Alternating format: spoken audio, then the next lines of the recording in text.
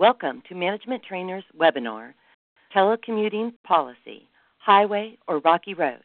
Your speaker for today's program is Robert G. Brody, Esquire. Bob is the founding member of Brody & Associates, LLC, a labor and employment law firm which represents management. Bob has been in private practice for over 25 years.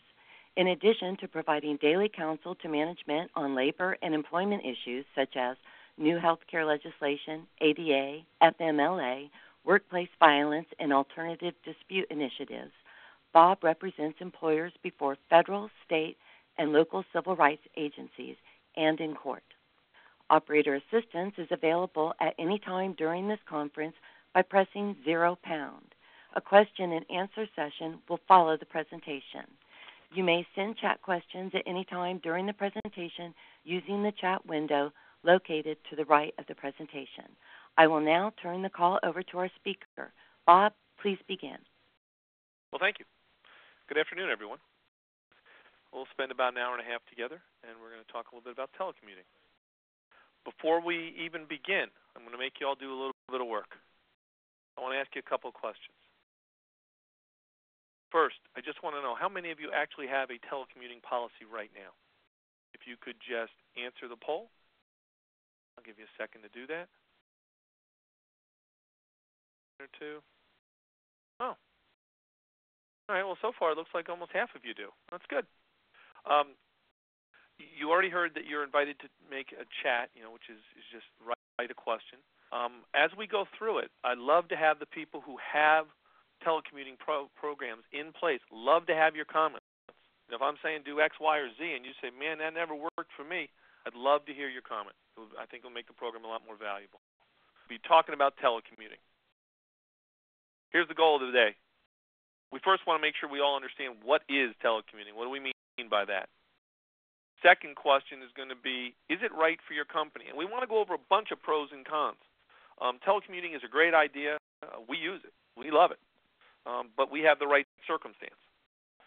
So we've got to figure out if it's right for you. And then the final point is, what are you going to have to do to actually make it happen? From both a compliance standpoint and also just a practical standpoint. How are you going to make it happen? That's going to be our focus. Okay. I should tell you, by the way, you heard the bio. We do extensive training all around the country. But our law firm, Brody & Associates, is labor and employment lawyers. So our perspective, just to make sure it's clear, is we represent management. We're rather biased that way. That's all we do.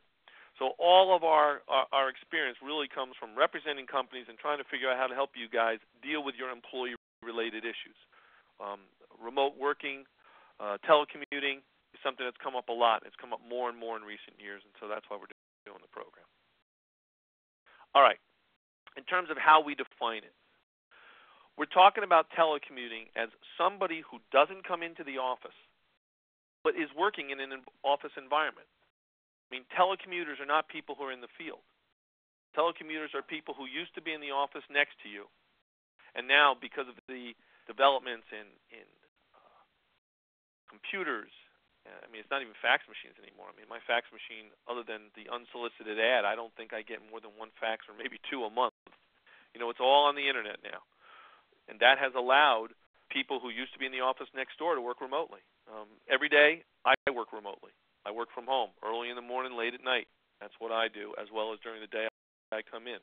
So that's who we're talking about. We're obviously, hopefully it's obvious, we're not talking about people who are manufacturing.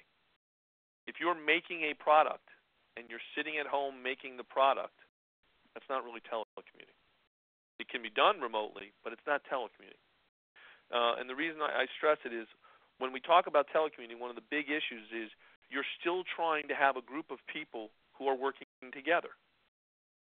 So that's an important aspect of telecommuting, how to keep them engaged as opposed to just a bunch of silos out there doing their own thing. The best example I have, and I use it in my office, is our business manager.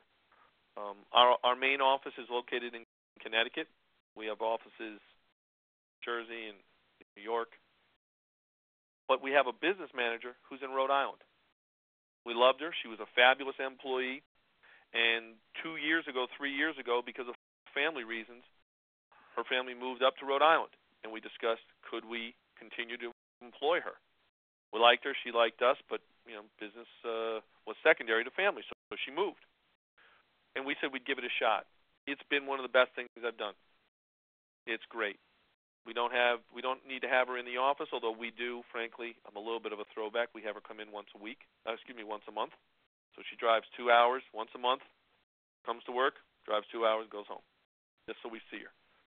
But as you'll hear me talk to you later, I actually see her face every day because we have telecommuting through Skyping. So we Skype with her all the time. So those are some examples. There are companies that have a lot of customer service reps, and sometimes they will be telecommuters. They'll just work from home. A lot of startups, frankly, are all telecommuting. Everybody's working from home. So those are all some examples of what telecommuting is about.